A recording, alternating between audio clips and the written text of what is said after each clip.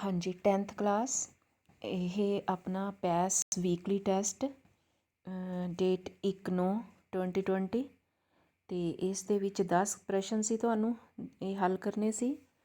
ਆਪਾਂ ਦੇਖਦੇ ਹਾਂ ਇਸ ਵੀਡੀਓ ਰਾਹੀਂ ਇਹਨਾਂ ਨੂੰ ਕਿਸ ਤਰ੍ਹਾਂ ਹੱਲ ਕਰਨਾ ਸੀ।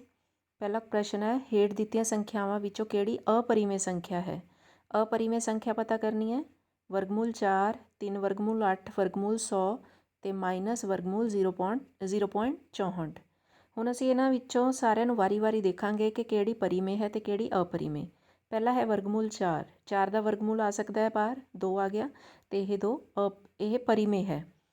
ਇਸ ਤਰ੍ਹਾਂ ਸੈਕਿੰਡ ਹੈ 3 ਵਰਗਮੂਲ 8। ਦੇਖੋ ਵਿੱਚ ਵਰਗਮੂਲ ਦੇ 8 ਹੈ, ਇਸ ਦੇ ਆਪਾਂ ਅਭਾਜ ਗੁਣਨਖੰਡ ਬਣਾਵਾਂਗੇ 2 ਗੁਣਾ 2 ਗੁਣਾ 2 ਅਤੇ ਇਸ ਦੇ ਵਿੱਚ 2 ਗੁਣਾ 2 ਇੱਕ ਜੋੜਾ ਬਣ ਗਿਆ। ਇਸ ਜੋੜੇ 'ਚੋਂ 1 2 ਬਾਹਰ ਆ ਗਏ ਅਤੇ ਇਕੱਲੇ ਜੋ 2 ਨੇ ਉਹ ਅੰਦਰ ਰਹਿ ਗਏ, ਤਾਂ ਬਾਹਰ ਆਪਣੇ ਪਾਸ 3 ਗੁਣਾ 2 6 ਬਣ ਗਏ ਅਤੇ ਵਰਗਮੂਲ 2। ਹੁਣ ਜੇ 2 ਵਰਗਮੂਲ ਨੇ, ਇਹ ਵਰਗਮੂਲ 'ਚੋਂ ਬਾਹਰ ਨਹੀਂ ਆ ਸਕਦੇ ਅਤੇ ਵਰਗਮੂਲ ਵਾਲੀਆਂ ਸੰਖਿਆਵਾਂ ਜਿਨ੍ਹਾਂ ਦਾ ਵਰਗਮੂਲ ਅਸੀਂ ਪਤਾ ਨਹੀਂ ਕਰ ਸਕਦੇ ਪੂਰਾ, ਇਹ ਅਪਰਿਮੇਯ ਸੰਖਿਆਵਾਂ ਹਨ, ਇਸ ਲਈ ਇਹ ਅਪਰਿਮੇਯ ਸੰਖਿਆ ਹੈ।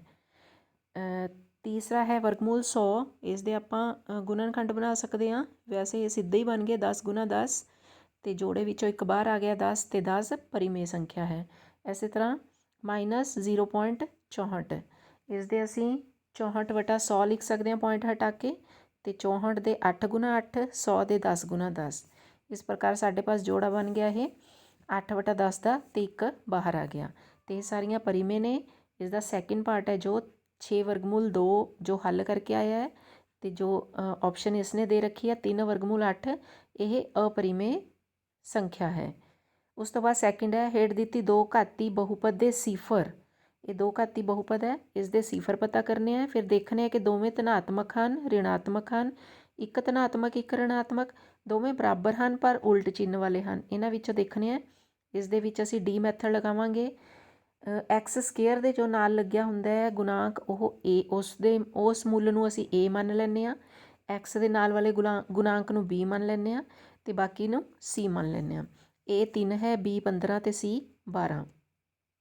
ਇਸ ਦੇ ਵਿੱਚ ਡੀ ਮੈਥਡ ਲਗਾਵਾਂਗੇ ਡਿਸਕ੍ਰਿਮੀਨੈਂਟ।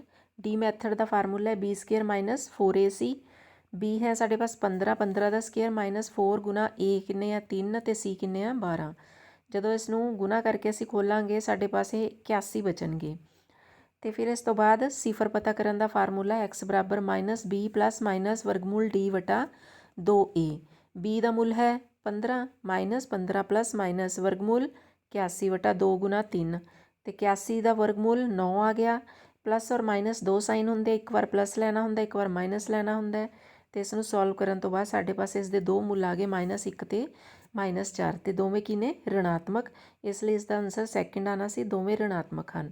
ਤੀਸਰਾ, ਜੇਕਰ ਪੀ ਕਿਊ ਆਰ ਅੰਕ ਗਣਿਤਕ ਲੜੀ ਦੇ 3 ਲਗਾਤਾਰ ਪਦ ਹਨ ਤਾਂ ਕਿਊ ਜੋ ਵਿੱਚ ਵਾਲਾ ਹੋਏਗਾ ਪੀ ਤੇ ਆਰ ਦਾ ਕੀ ਹੋਵੇਗਾ। ਇਹ ਪੀ ਤੇ ਆਰ ਦਾ ਕੀ ਹੋਵੇਗਾ, ਇਹ ਮੱਧਮਾਨ ਹੋਵੇਗਾ। ਕਿਸ ਤਰ੍ਹਾਂ ਹੋਵੇਗਾ ਇਹ, ਮੰਨ ਲਓ ਸਾਡੇ ਪਾਸ 3 ਸੰਖਿਆਵਾਂ ਹਨ 2 4 6। 2 4 6 ਤਾਂ 4 ਹੈ ਜੋ 2 ਅਤੇ 6 ਦਾ ਮੱਧਮਾਨ ਹੋਵੇਗਾ। 2 ਅਤੇ 6 ਦਾ ਮੱਧਮਾਨ ਦੇਖੋ 2 + 6 ਵਟਾ 2 8 ਵਟਾ 2 4 ਆ ਗਿਆ।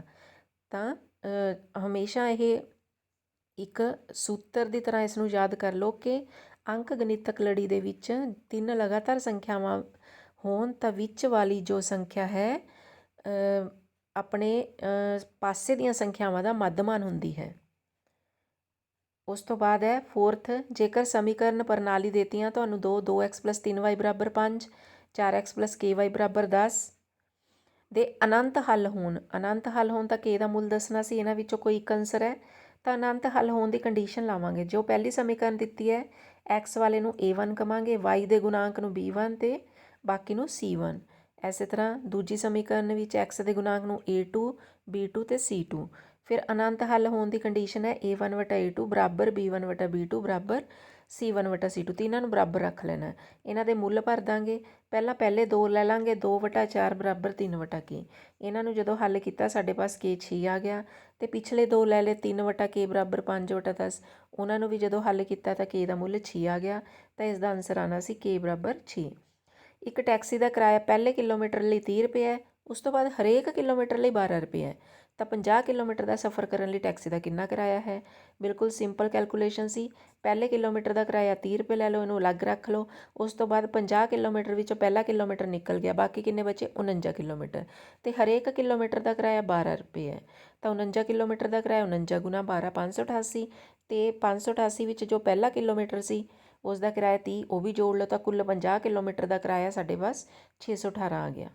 ਇਸ ਤੋਂ ਬਾਅਦ ਅਸੀਂ 6ਵਾਂ, ਜੇਕਰ ਸਮੀਕਰਨ ਦੇ ਮੂਲ ਬਰਾਬਰ ਹੋਣ। ਮੂਲ ਬਰਾਬਰ ਹੋਣ ਦੀ ਕੰਡੀਸ਼ਨ ਕੀ ਹੁੰਦੀ ਹੈ, ਡੀ ਬਰਾਬਰ 0। ਤਾਂ ਡੀ, ਇਸ ਦੇ ਵਿੱਚ ਡੀ ਕੱਢ ਕੇ 0 ਦੇ ਬਰਾਬਰ ਰੱਖ ਕੇ ਸਾਡੇ ਪਾਸ ਸੀ ਦਾ ਮੁੱਲ ਆ ਜਾਣਾ ਹੈ 4/3। ਉਸ ਤੋਂ ਬਾਅਦ ਏ ਪੀ ਦਾ ਐਨਵਾਂ ਪਦ ਏ ਐਨ 6n-4 ਹੈ, ਤਾਂ ਇਸ ਦਾ ਸਾਂਝਾ ਅੰਤਰ ਇਹਨਾਂ ਵਿੱਚੋਂ ਡੀ ਦੱਸਣਾ ਸੀ ਕੀ ਆਣਾ ਹੈ। ਏ ਐਨ ਦੇਤਾ ਦੇਖੋ 6n-4, ਐਨ ਨੂੰ 1 2 3 ਭਰ ਕੇ ਅਸੀਂ ਏ ਪੀ ਬਣਾ ਲਾਂਗੇ। ਐਨ ਨੂੰ ਜਦੋਂ 1 ਭਰਿਆ A1 ਮਤਲਬ ਪਹਿਲੀ ਟਰਮ ਆ ਗਈ ਸਾਡੇ ਪਾਸ, ਇਹ ਹੱਲ ਕਰਕੇ ਆਪਣੇ ਪਾਸ ਆ ਗਿਆ 2। ਐਨ ਨੂੰ ਜਦੋਂ 2 ਭਰਿਆ, ਐਨ ਦੀ ਥਾਂ 'ਤੇ 2 ਰੱਖਿਆ, 6 ਗੁਣਾ 2 - 4, ਇਹ ਹੱਲ ਕਰਕੇ 8 ਆ ਗਿਆ। ਐਨ ਨੂੰ 3 ਭਰਿਆ ਤਾਂ 14 ਆ ਗਿਆ। ਇਸ ਤਰ੍ਹਾਂ ਸਾਡੇ ਪਾਸ ਏ ਪੀ ਬਣ ਗਈ 2 8 14। ਤਾਂ ਡੀ ਕੱਢਣ ਦਾ ਫਾਰਮੂਲਾ ਸਾਡੇ ਪਾਸ ਹੁੰਦਾ A2 - A1, ਦੂਜੀ 'ਚੋਂ ਪਹਿਲੀ ਮਾਈਨਸ ਕਰ ਦਿਓ, 8 - 2 6, ਅਤੇ ਇਸ ਦਾ ਆਨਸਰ ਆਉਣਾ ਸੀ 6। 8th ਕੁਐਸਚਨ, 2 ਤ੍ਰਿਭੁਜਾਂ ਦਿੱਤੀਆਂ ਹੋਈਆਂ ਨੇ, ਇਸ ਦੇ ਵਿੱਚੋਂ ਸਹੀ ਵਿਕਲਪ ਚੁਣਨਾ ਸੀ। ਸਹੀ ਵਿਕਲਪ ਚੁਣਨ ਤੋਂ ਪਹਿਲਾਂ ਸਾਨੂੰ ਇਹ ਦੇਖਣਾ ਪਊ ਕਿਹੜਾ ਵਰਟੈਕਸ ਕਿਸ ਵਰਟੈਕਸ ਦੇ ਕੋਰਸਪੋਂਡ ਹੈ। ਕਹਿਣ ਦਾ ਮਤਲਬ ਸਰਬੰਗ ਸਮ ਦਾ ਹੁੰਦਾ ਇੱਕ ਆਕ੍ਰਿਤੀ ਦੂਜੀ ਨੂੰ ਚੰਗੀ ਤਰ੍ਹਾਂ ਢੱਕ ਲਵੇਗੀ। ਇਹ ਉਦੋਂ ਹੀ ਢਕੇਗੀ ਜਦੋਂ ਇਸ ਦਾ ਹਰੇਕ ਵਰਟੈਕਸ, ਹਰੇਕ ਚੁੰਝ ਅਤੇ ਹਰੇਕ ਭੁਜਾ ਸਮਾਨ ਨਾਪ ਵਾਲੀਆਂ ਸਮਾਨ ਨਾਪ ਦੇ ਉੱਪਰ ਹੀ ਆਉਣਗੀਆਂ। ਕਹਿਣ ਦਾ ਮਤਲਬ ਦੇਖੋ, ਸੀ 'ਤੇ ਐਂਗਲ 35 ਡਿਗਰੀ ਬਣ ਰਿਹਾ ਅਤੇ ਉੱਧਰ ਪੀ 'ਤੇ ਐਂਗਲ 35 ਡਿਗਰੀ ਬਣ ਰਿਹਾ। ਜੇਕਰ ਅਸੀਂ ਦੂਸਰੀ ਤ੍ਰਿਭੂ ਨੂੰ ਪਹਿਲੀ ਦੇ ਉੱਪਰ ਟਿਕਾਉਣ ਦੀ ਕੋਸ਼ਿਸ਼ ਕਰੀਏ ਤਾਂ ਸੀ ਦੇ ਉੱਤੇ ਪੀ ਵਾਲੀ ਚੁੰਝ ਟਿਕਾਈ ਜਾਵੇਗੀ, ਅਤੇ ਜੇਕਰ ਸੀ ਦੇ ਉੱਪਰ ਪੀ ਵਾਲੀ ਚੁੰਝ ਟਿਕਾਈ ਜਾਵੇਗੀ ਤਾਂ ਏਸੀ ਭੁਜਾ ਨੂੰ ਪੀ ਆਰ ਭੁਜਾ ਢਕੇਗੀ, ਤਾਂ ਏ ਦੇ ਕੋਰਸਪੋਂਡ ਆਰ ਆਏਗਾ। ਕਹਿਣ ਦਾ ਮਤਲਬ ਇਹ ਚੁੰਝ ਦੇ ਉੱਤੇ ਆਰ ਚੁੰਝ ਟਿਕਾਈ ਜਾਏਗੀ, ਸੀ ਦੇ ਉੱਤੇ ਪੀ ਅਤੇ ਬੀ ਦੇ ਉੱਤੇ ਕਿਊ। ਜੇਕਰ ਅਸੀਂ ਇਸ ਤਰ੍ਹਾਂ ਟਿਕਾਵਾਂਗੇ ਇਹ ਦੋਨੋਂ ਤ੍ਰਿਭੁਜਾਂ, ਫਿਰ ਸਰਬੰਗ ਸਮ ਹੋਣਗੀਆਂ, ਇੱਕ ਆਕ੍ਰਿਤੀ ਦੂਜੀ ਨੂੰ ਪੂਰੀ ਤਰ੍ਹਾਂ ਢੱਕ ਲਵੇਗੀ। ਤਾਂ ਸਭ ਤੋਂ ਪਹਿਲਾਂ ਅਸੀਂ ਕੋਰਸਪੋਂਡਿੰਗ ਪੁਆਇੰਟਸ ਕੱਢਣੇ ਹੁੰਦੇ ਆ ਵੀ ਕਿਹੜਾ ਪੁਆਇੰਟ ਕਿਸ ਪੁਆਇੰਟ ਨੂੰ ਕੋਰਸਪੋਂਡ ਕਰ ਰਿਹਾ।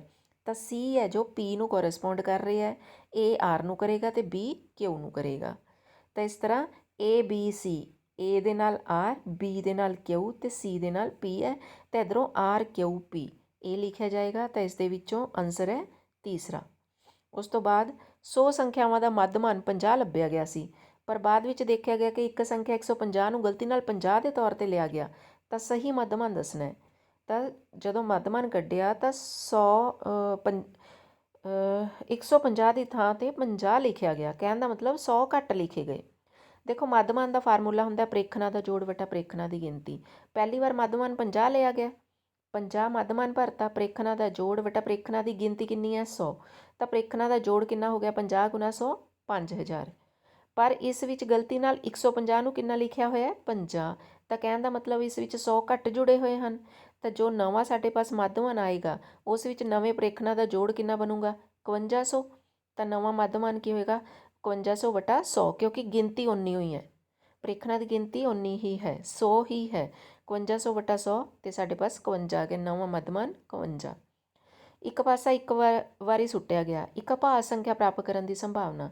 ਜਦੋਂ ਪਾਸਾ ਸੁੱਟਿਆ ਜਾਂਦਾ, ਜਿਵੇਂ ਲੂਡੋ ਖੇਡਦੇ ਸਮੇਂ ਆਪਾਂ ਡਾਈ ਸੁੱਟਦੇ ਹਾਂ, ਤਾਂ ਉਸਦੇ ਵਿੱਚ ਕੁੱਲ 6 ਪਾਸੇ, 6 ਪਾਸਿਆਂ ਦੇ ਉੱਤੇ 1 2 3 4 5 6 ਇਸ ਤਰ੍ਹਾਂ ਲਿਖਿਆ ਹੁੰਦਾ। ਤਾਂ ਇਸ ਦਾ ਕੁੱਲ ਨਤੀਜੇ ਸਾਡੇ ਪਾਸ ਕਿੰਨੇ ਆ ਗਏ 6। ਤਾਂ ਅਸੀਂ ਕੀ ਪ੍ਰਾਪਤ ਕਰਨਾ ਚਾਹੁੰਦੇ ਹਾਂ ਅਭਾਜ ਸੰਖਿਆਵਾਂ। ਪਹਿਲਾਂ ਤਾਂ ਅਭਾਜ ਸੰਖਿਆਵਾਂ ਕਿਹੜੀਆਂ ਕਿਹੜੀਆਂ ਹੁੰਦੀਆਂ 2 3 5। ਤਾਂ ਜਿਹੜੀ ਵੀ ਅਭਾਜ ਸੰਖਿਆ ਆ ਜਾਂਦੀ ਹੈ ਤਾਂ ਸਾਨੂੰ ਸੰਭਾਵਨਾ ਪ੍ਰਾਪਤ ਹੋ ਜਾਵੇਗੀ। ਤਾਂ ਅਭਾਜ ਸੰਖਿਆਵਾਂ ਦੀ ਸਭ ਤੋਂ ਪਹਿਲਾਂ ਅਸੀਂ ਗਿਣਤੀ ਪਤਾ ਕਰਾਂਗੇ ਵੀ ਇਹਨਾਂ ਦੀ ਗਿਣਤੀ ਕਿੰਨੀ। ਇਹ ਸਾਡੇ ਕੀ ਹੋਣਗੇ ਅਨੁਕੂਲ ਨਤੀਜੇ, ਕਿਉਂਕਿ ਅਸੀਂ ਅਭਾਜ ਸੰਖਿਆ ਦੀ ਹੀ ਸੰਭਾਵਨਾ ਪਤਾ ਕਰਨੀ ਹੈ। ਤਾਂ ਅਨੁਕੂਲ ਨਤੀਜੇ ਕਿੰਨੇ ਹੋ ਗਏ ਇਹ 3। ਸੰਭਾਵਨਾ ਦਾ ਸੂਤਰ ਲਗਾਵਾਂਗੇ ਅਨੁਕੂਲ ਨਤੀਜੇ ਵਟਾ ਕੁੱਲ ਨਤੀਜੇ 3/6 ਕੱਟ ਕੇ 1/2। ਤਾਂ ਇਸ ਦਾ ਆਨਸਰ ਸੀ 1/2। Okay, thank you.